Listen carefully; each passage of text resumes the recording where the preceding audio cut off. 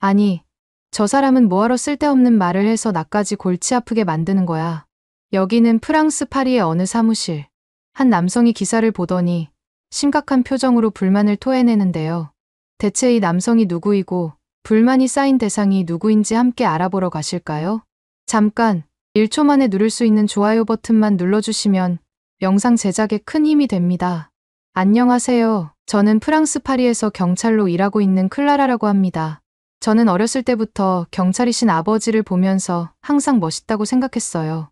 아버지처럼 정의로운 일을 하며 살고 싶다는 마음에 저도 경찰이 되어야겠다고 다짐했습니다. 그 꿈을 이루기 위해 생각보다 많은 준비가 필요하더라고요. 열심히 준비한 끝에 저는 프랑스에서 경찰이 될 수 있었답니다. 하지만 현실은 제가 상상했던 것과는 너무나도 달랐어요. 저는 경찰이 되면 나쁜 사람들로부터 선량한 시민들을 지키는 일만 할 줄 알았거든요. 그런데 때로는 죄를 짓지 않은 사람들을 체포하거나 강하게 제압해야 하는 상황이 생기더라고요. 그럴 때마다 큰 괴리감을 느끼며 회의감에 빠지곤 했답니다. 예를 들면요. 실제로 프랑스에서는 노동법 개정안에 반대하는 대규모 시위가 자주 열려요.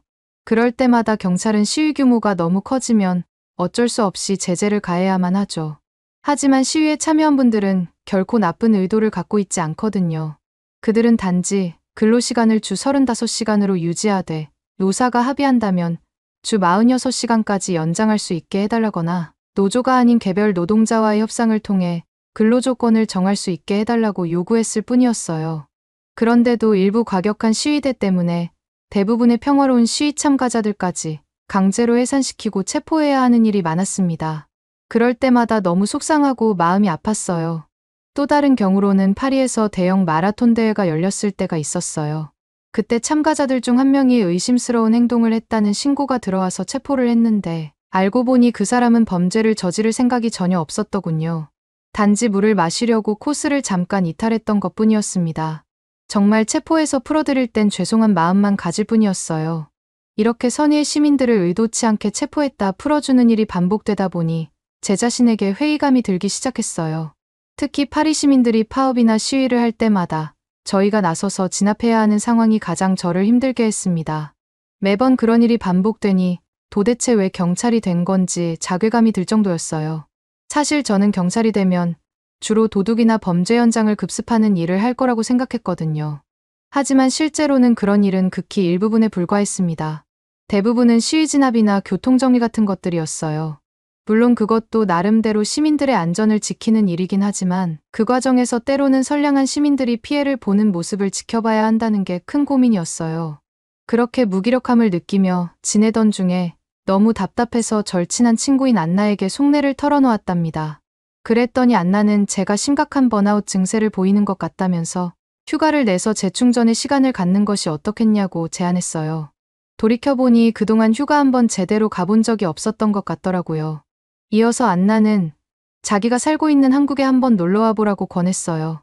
사실 안나는 학생 시절부터 한국 영화에 푹 빠져서 한국어를 열심히 배운 덕분에 지금은 한국에서 정착해 살면서 불어 선생님으로 일하고 있거든요.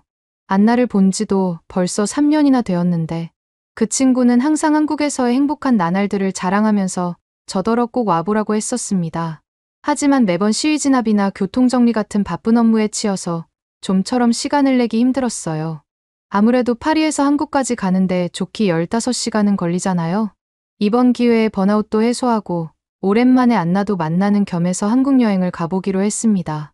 제가 한국에 간다고 하자 안나는 무척 기뻐하면서 제가 도착하는 날에 맞춰 모든 일정을 비워두고 맛집부터 코스까지 다 짜놓겠다고 약속했어요.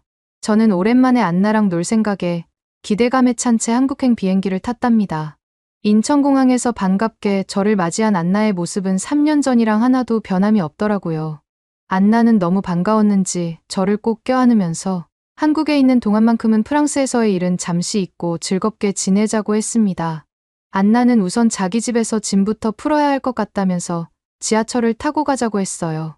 한국 지하철은 정말 믿기지 않을 정도로 빠르고 편리할 거라고 자랑을 했지만 사실 지하철이 대단하면 얼마나 대단하겠어 하면서 별기대 없이 안나를 따라갔답니다.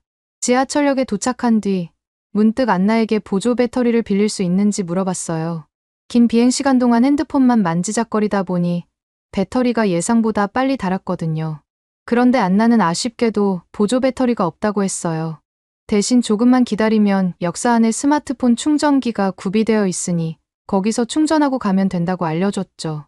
처음에는 지하철역에 어떻게 충전기가 있을까 싶었는데 역에 도착해보니 정말로 고속 무선 충전기가 비치되어 있는 거예요. 안나는 그 충전기라면 잠깐 동안이라도 꽤 많이 배터리가 충전될 거라고 기다려줄 테니 충전하자고 하더라고요.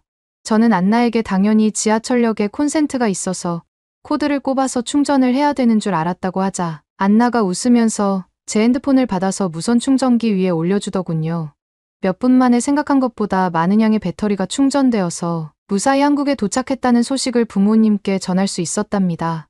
제가 그렇게 부모님께 연락하는 사이에 안나가 저를 위해 일회용 지하철표를 구매할 수 있는 곳으로 혼자 가더니 아주 빠르게 일회용 승차권을 뽑아오더군요. 저는 당연히 지하철표라고 하길래 프랑스에서처럼 종이로 만들어진 표를 줄 줄 알았어요.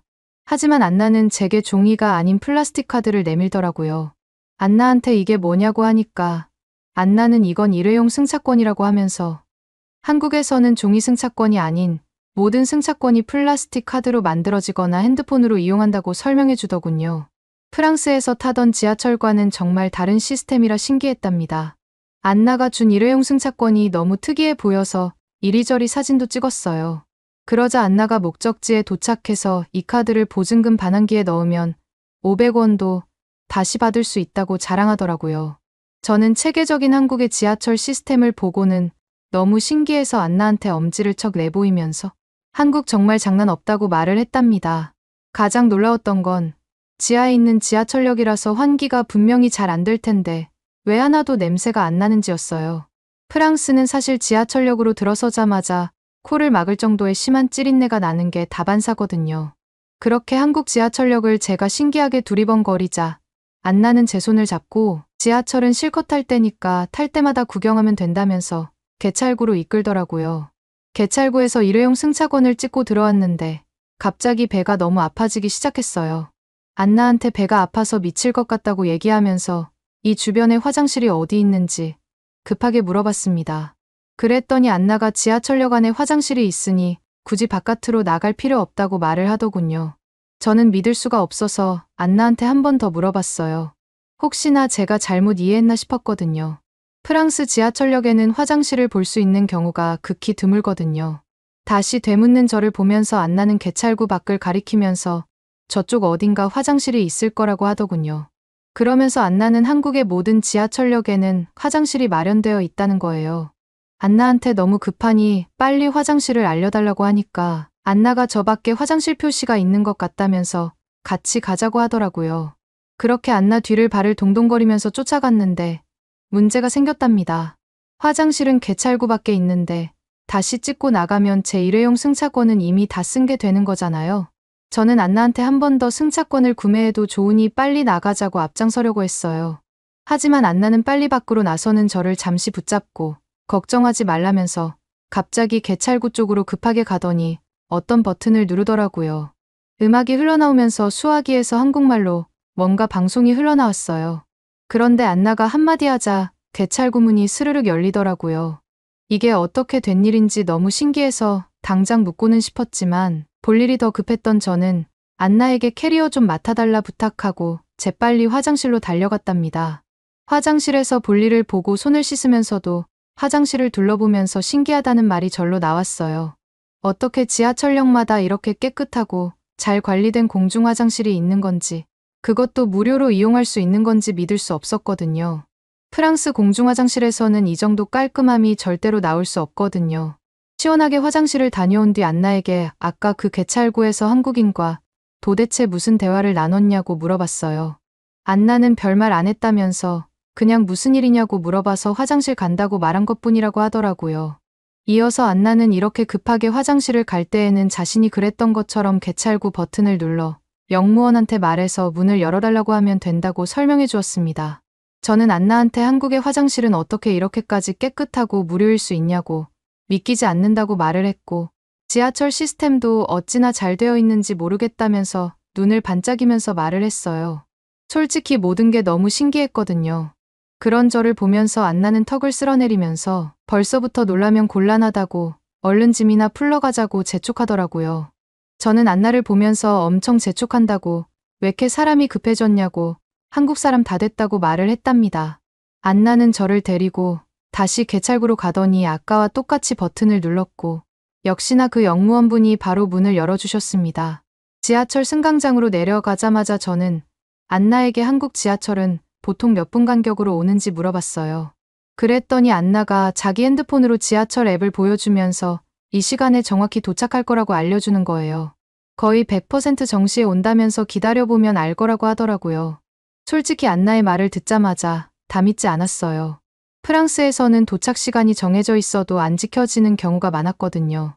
1분 단위까지 맞춰서 들어오는 건 힘들 테니 저는 그냥 넉넉 잡아 마음속으로 10분 정도 늦게 오겠거니 생각했어요. 하지만 결국 안나 말대로 지하철은 정확히 예정된 시간에 도착하더라고요. 역으로 들어오고 있는 지하철을 보면서 안나는 지금이 퇴근 시간대라 사람이 엄청 많이 탈 거라고 미리 귀띔해줬습니다. 저는 저렇게 꽉 찬 지하철을 보면서 과연 거기에 탈 수 있을지 의문이 들었어요. 안나는 제 반응을 보면서 자기도 처음에 한국 왔을 때는 저렇게 사람들이 꽉 찬 지하철은 도저히 탈 수 없을 거라고 생각했다고 하더군요. 그런데 안 타고 싶어도 결국 어쩔 수 없이 타게 될 거라고 하는 거예요. 저는 안나의 말이 도대체 무슨 말인지 이해가 안 돼서 일단 문이 열리길 기다렸답니다. 지하철 문이 열리자마자 뒤에 있던 사람들이 천천히 제 쪽으로 오다 보니 저도 모르게 안으로 조금씩 걸어 들어가고 있더라고요. 자연스럽게 저는 지하철에 타게 되었답니다. 안나는 저를 보면서 어깨를 으쓱하면서 자기 말이 맞지 않냐는 표정을 지어 보내더군요. 그리고 나서는 제 핸드폰을 좀 달라고 하더니 뭔가 만지작거리기 시작했어요. 왜 자기 핸드폰은 안 쓰고 제 핸드폰을 달라고 하는지 이해가 안 갔지만 뭐 안나가 알아서 하겠거니 하고 건네줬습니다. 알고 보니 안나가 제 핸드폰에 와이파이를 연결해주고 있던 거더라고요. 한국 지하철에서는 인터넷도 엄청 빠르게 된다면서 와이파이도 공짜로 마음껏 쓸 수 있다고 하더니 와이파이를 연결시켜주고는 제 핸드폰을 도로 건네주었어요. 그러면서 한국 지하철에서는 시끄럽게 떠들면 안 되는 매너가 있으니 목적지에 내릴 때까지 그냥 핸드폰 만지면서 하고 싶은 걸 하라고 하고는 바로 이어폰을 꼽고 핸드폰을 만지더라고요. 주위를 둘러보니 정말 안나 말대로 다들 이어폰을 꽂고 조용히 휴대폰만 들여다보고 있었어요. 저도 연결된 와이파이로 보고 싶은 걸 봐야겠다 생각을 했죠. 그렇게 안나와 함께 지하철 환승을 마치고 목적지에 거의 다 왔을 때쯤 갑자기 제 이어폰을 뚫고 날카로운 비명소리가 들려왔어요. 너무 놀라서 황급히 주위를 둘러봤지만 워낙 사람이 많아서 어떤 상황인지 제대로 볼 수가 없었습니다. 다만 근처에서 웅성거리는 소리가 들렸는데 뭐라고 하는 건지 정확히 알아듣기는 어려웠어요. 어쨌든 저희는 목적지에서 내려야 했기에 별수 없이 역에서 내렸는데 밖으로 나오자마자 정말 놀랄 수밖에 없었습니다. 한 여성분이 한켠에서 엉엉 울고 계셨거든요. 그리고 주변에는 경찰들이 와서 누군가를 체포하고 있는 것 같았어요. 특히 인상 깊었던 건 경찰 한 분이 충격받은 그 여성을 다독이며 진정시키고 있다는 거였습니다. 심지어 안나조차도 이런 상황은 처음인지 무척 당황한 듯 그 광경을 멍하니 바라보고만 있더군요. 전 솔직히 그 상황을 보자마자 저기 보이는 남자가 여성을 성추행한 게 분명하다는 생각이 바로 들더라고요. 치안이 좋기로 소문난 한국에서도 이런 일이 벌어질 수 있다는 사실에 너무나 화가 치밀어 올랐습니다.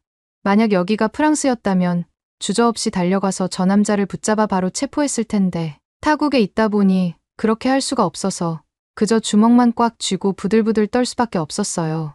상황이 어느 정도 정리될 때쯤 저는 안나에게 도대체 무슨 일이 있었던 거냐고 물었습니다. 그랬더니 안나가 제 예상대로 남자가 여성을 성추행한 것 같다고 말해주더라고요. 저는 너무 황당해서 화를 참지 못하고 소리쳤어요. 한국 사람들은 다들 남을 배려하는 줄 알았는데 어떻게 지하철에서 이런 일이 벌어질 수 있는 거냐고, 한국은 치안에 안전한 나라가 아니었냐고 말을 했습니다. 그러자 안나가 저를 보면서 좀 진정하라고 하면서 제가 뭔가 오해하고 있는 것 같다고 말을 하더라고요. 안나도 처음에는 저 남자가 한국인인 줄 알았는데 자세히 보니 한국인이 아니라 조선족인 것 같다고 말을 해줬어요. 저는 조선족이 도대체 뭐냐고 물었는데 안나는 한국에 사는 중국인을 조선족이라고 표현한다고 설명해 주더군요. 안나가 아까의 상황을 열심히 들었는데 경찰이 그 남자에게 뭐라고 하자 처음에는 한국말로 대답하다가 갑자기 중국어로 보이는 알아들을 수 없는 말을 고래고래 지르기 시작했다고 얘기해줬어요. 프랑스에서 경찰을 하면서 중국인들이 말썽을 많이 부려 골치 아플 때가 한두 번이 아니었었는데 한국 역시 마찬가지인 것 같아 짜증이 났어요. 저는 안나한테 제발 프랑스든 한국이든 중국인들이 진상 부리고 난리인데 정말 다 없어졌으면 좋겠다고 말을 했어요. 안나는 아무 말 없이 제 등을 토닥여주더라고요. 한편으로는 이상한 점도 있었어요. 여성이 비명을 지른 지 채 2분도 안 돼서 경찰이 출동을 했었거든요. 지하철역 안이하도 넓기도 하고 열차도 길기도 해서 많은 열차 중 하나를 콕 집어서 피해 현장으로 찾는다는 게 상식적으로 쉽지 않잖아요. 그래서 안나에게 어떻게 경찰이 이렇게 신속하게 대응할 수 있는 건지 물어봤습니다. 안나는 자기도 한국의 모든 것이 빠른 건 알고 있었지만 경찰까지 이 정도일 줄은 몰랐다면서 아마도 주변에 있던 시민들이 신고를 해주고 도와준 게 아닐까 하면서 추측했어요. 그러더니 안나는 제게 스마트폰 앱 하나를 보여주는 거예요. 지하철 내에서 범죄 신고를 할 수 있는 앱이라고 보여줬죠. 112에 전화를 걸 수도 있지만 이 앱을 이용하면 훨씬 간편하게 신고할 수 있다고 했어요. 게다가 한국의 모든 열차에는 고유번호가 부여되어 있어서 정확히 어느 열차에서 사건이 발생했는지 알려줄 수 있다고 하더라고요. 덧붙여서 안나는 한국 지하철에 경찰이 이렇게 재빨리 출동한 걸 보면 지하철을 전담하는 경찰대가 별도로 있는 게 아닐까 싶다고도 했습니다. 사실 이 얘기를 듣고 보니 프랑스 지하철이 너무나도 부끄러워졌어요. 만약 프랑스에서 같은 일이 벌어졌다면 빨라야 15분쯤 걸렸을 거예요. 그 사이에 범인이 달아나기라도 한다면 못 잡을 수도 있었겠죠. 그런 생각을 하다 보니 프랑스도 좀 한국을 본받아서 이렇게 신속하게 대응하는 시스템을 갖췄으면 좋겠다는 생각이 절로 들더라고요. 그렇게 안나의 집에 도착해서 저희는 좀 쉬면서 뒹굴뒹굴 하고 있었는데 갑자기 안나가 나가자고 하더군요. 알고 보니 이 주변에 한강공원이 있는데 그걸 꼭 저에게 보여주고 싶다면서 벌써 택시까지 예약해 놓은 거 있죠? 저는 우버 같은 앱으로 택시를 부른 건지 물어봤습니다. 그랬더니 안나가 한국에는 카카오 택시라고 대기업에서 운영하는 택시 호출 앱이 있다고 설명해 주더라고요. 기사님이 어디서 오고 계신지 실시간으로 확인할 수 있고 택시에 타면 친구한테 도착 예정 시간이랑 차량 번호를 공유할 수도 있다고 했어요. 안나는 자기가 한국에 와서 택시를 탈 때마다 제일 신기한 게 택시를 부르면 앱에서 미리 요금을 확정 지은 다음에 그 요금을 미리 결제하는 덕분에 목적지에 도착하기도 전에 요금이 얼마나 나올지 확인할 수 있다는 거라고 하더라고요. 안나 말을 들으니 한국은 편리한 서비스들만 쏙쏙 골라서 만들어 놓은 것 같았어요. 이런 걸 누리며 살고 있는 안나가 조금 부러워지기까지 했죠. 한강공원에 도착하자 안나는 공원 입구에 있는 노점상으로 가더니 뭔가를 사고 있었어요. 제가 뭐 하는 거냐고 물어보니까 돗자리랑 테이블을 빌렸다는 거예요. 전 프랑스 공원에서 돌아다닐 때 한 번도 돗자리를 써본 적이 없어서 되게 의아했거든요. 그랬더니 안나가 한국 사람들은 그냥 풀밭에 앉지 않고 다들 돗자리를 깔고 앉는다고 설명해줬어요. 자기도 그렇게 앉다 보니 이제는 맨땅에 앉으면 찝찝해서 도저히 못 앉겠다고 하더군요. 그렇게 한강이 훤히 보이는 자리를 잡은 안나는 짐을 그대로 두고 잠깐 어딜 다녀오자고 하는 거예요. 전 당연히 어딜 가려면 자리 잡기 전에 갔다 와야지. 짐을 다 펼쳐두고 어딜 가냐고 따졌습니다. 그랬더니 안나가 하는 말이 한국에서는 이렇게 좋은 자리를 미리 잡아놓지 않으면 앉을 데가 없을 수도 있다고 하더라고요. 한국 사람들이 경치 좋은 곳을 찾아내는 실력이 기가 막히다 보니 짐을 치우고 자리를 비웠다가는 돌아왔을 때 이미 다른 사람이 차지하고 있을 수 있다는 거죠. 한국 사람들은 아무도 물건을 훔쳐가지는 않을 테니 자길 믿고 제발 그냥 따라오라고 했어요. 마음에 걸리긴 했지만 전 안나를 따라가기로 했어요. 대신 중요한 물건들은 다 꼭꼭 싸들고 같이 갔습니다. 알고 보니 안나가 간 곳은 바로 배달존이라는 곳이었어요. 집에서 나오기 전에 미리 피자 배달을 주문해놨다가 받으러 온 거더라고요. 안나는 한국에서는 이렇게 공원에서도 쉽게 배달을 받을 수 있다고 설명해 주었어요. 저희는 피자를 받아서 다시 자리로 돌아왔습니다. 그런데 신기한 건 안나가 귀중품도 다 돗자리 위에 놔두고 갔었는데 그걸 아무도 건드리지 않고 그대로 있다는 사실이었어요. 제가 깜짝 놀라서 안나를 쳐다보자 안나는 한국 사람들은 남의 물건에 절대 손대지 않는다며 안심해도 된다고 했어요. 심지어 노숙자들조차도 남의 물건에 손을 대지 않는 게 한국이라면서 프랑스에 있을 때처럼 늘 긴장할 필요는 없다고 하더라고요.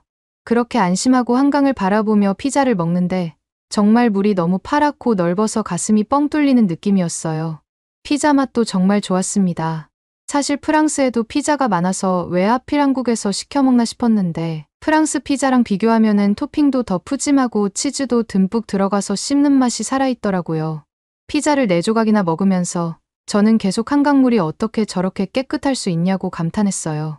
그리고 한국이라는 나라에는 어떻게 더러운 곳이 한 곳도 없는지 신기해했어요. 그랬더니 안나는 사실 한강도 원래는 생강처럼 오염이 심각했는데 대대적으로 정화 작업을 거쳐서 지금처럼 된 거라고 하더라고요. 그러면서 최근에 파리올림픽을 앞두고 생강 수질 개선 사업이 한창인데 이왕이면 한강만큼만이라도 깨끗해졌으면 좋겠다고 말했어요. 전 동의한다는 뜻으로 고개를 끄덕였습니다. 해가 서서히 지기 시작하자 저는 이제 집으로 슬슬 돌아가는 게 좋을 것 같다고 말했어요. 그랬더니 안나가 웃으면서 한강은 밤이 시작이라고 하더라고요. 한국이 괜히 치안이 좋은 게 아니라면서 한밤중에 돌아다녀도 안전하다고 했습니다. 아까 귀중품을 자리에 그냥 놔두고 갔다 와도 아무 일 없었던 걸 떠올리니 안나의 말을 한 번 더 믿어보기로 했어요. 어둑어둑해지자 맞은편 건물들에 하나둘 불이 들어오기 시작했고 다리에는 아름다운 조명이 들어와 물이 반짝였어요. 한강의 무지갯빛 분수쇼까지 보니 여태 왜 이런 걸 보지 못하고 살았나 싶더라고요. 이 모든 풍경을 보면서 저는 안나에게 진심으로 고맙다고 말했어요. 안나 덕분에 정말 힐링하는 기분이 든다고 말이에요. 안나는 제가 여기 있는 동안만큼은 맘 편히 쉬었다 가라면서 웃었답니다. 그렇게 제가 한국에 머무는 동안 안나는 열심히 한국의 이곳저곳을 안내해줬고 맛있는 음식도 잔뜩 사줬답니다. 그동안 얼마나 힐링이 됐는지 몰라요. 정신없이 한국에서 즐거운 시간을 보내다 보니 어느덧 프랑스로 돌아가야 하는데 정말 가기가 싫더라고요. 한국에서 더 있고 싶었는데 이제 직장으로 복귀해야 한다는 게 너무 속상했어요. 한국에서 살고 있는 안나가 너무 부럽더군요. 겪고 있던 번아웃이 프랑스에 도착하자마자 오히려 더 심해진 것 같은 느낌이 들었어요. 왜냐하면 제가 없는 동안 파리올림픽을 앞두고 프랑스 전역에서 시위대가 눈에 띄게 늘어났더라고요. 저는 도대체 무슨 일이 있었던 거냐고 동료 경찰에게 물어봤습니다. 그랬더니 제가 한국에 있는 동안 프랑스에서 어떤 일들이 벌어졌는지 설명해 주더라고요. 최근 파리올림픽 때문에 올림픽 주최 측과 프랑스 정부가 여기저기서 비난을 받고 있다는 거예요. 제가 그게 무슨 말이냐고 묻자 동료는 파리시에서 최초로 생강에서 수영 경기를 개최하겠다고 해서 수질 개선에 2조나 투자하기로 한 게 기억나냐고 물어봤어요. 저는 당연히 그런 일이 있었던 걸 기억한다고 말을 하면서 잘 되고 있던 사업이 아니냐고 물어봤어요. 그랬더니 동료가 하는 말이 이것 때문에 파리 시민들 사이에서 엄청난 반발이 일어났다는 거예요. 그냥 세계 최초라는 타이틀 때문에 다른 데 쓸 수 있는 소중한 예산을 생강에 쏟아부었다며 시민들이 분노하고 있다고 하더군요. 게다가 막상 수질 개선 사업을 진행했는데도 별 효과가 없어서 최근 검사 결과 수영 경기를 진행하기에는 부적합하다는 판정까지 받았다고 말해줬습니다. 이 소식에 격분한 시민들은 파리 시장이 직접 생강에서 수영하기로 한 날짜에 맞춰서 일부러 강에 오물을 버리자는 시위까지 계획 중이라고 하더라고요. 하지만 정작 파리 시장은 자신이 생강에서 수영하겠다고 한 6월 23일에 강수위가 높아져서 결국 수영을 하지 못했다는 말만 기자회견에서 남겼대요. 그래서 파리 시민들이 더 분노하고 있다고 하더라고요. 이미 여러 번 수영 일정을 취소한 마당에 올림픽 개최 때까지 계속 연기할 것 아니냐는 의심까지 받고 있다고 했습니다. 게다가 올림픽 준비 때문에 파리 지하철 요금과 각종 관광지 입장료마저 2배 가까이 오른 데다 관광객들을 받아들이기 위해 정작 파리에 사는 시민들은 도시 바깥으로 밀어내는 사태까지 벌어지고 있다고 했어요. 이에 화가 난 파리 시민들은 SNS에 파리 보이콧 운동을 벌이고 있고 이 영상이 전 세계로 퍼지면서 파리행을 계획했던 관광객들조차 여행을 취소하는 분위기가 형성되고 있다고 했어요. 여기에 더해서 파리시에서 올림픽의 친환경, 저탄소 이미지를 내세우겠다고 선수들에게 제공하는 숙소 침대를 골판지로 만들고 에어컨 대신 선풍기를 한 대씩만 지원하겠다고 발표했대요.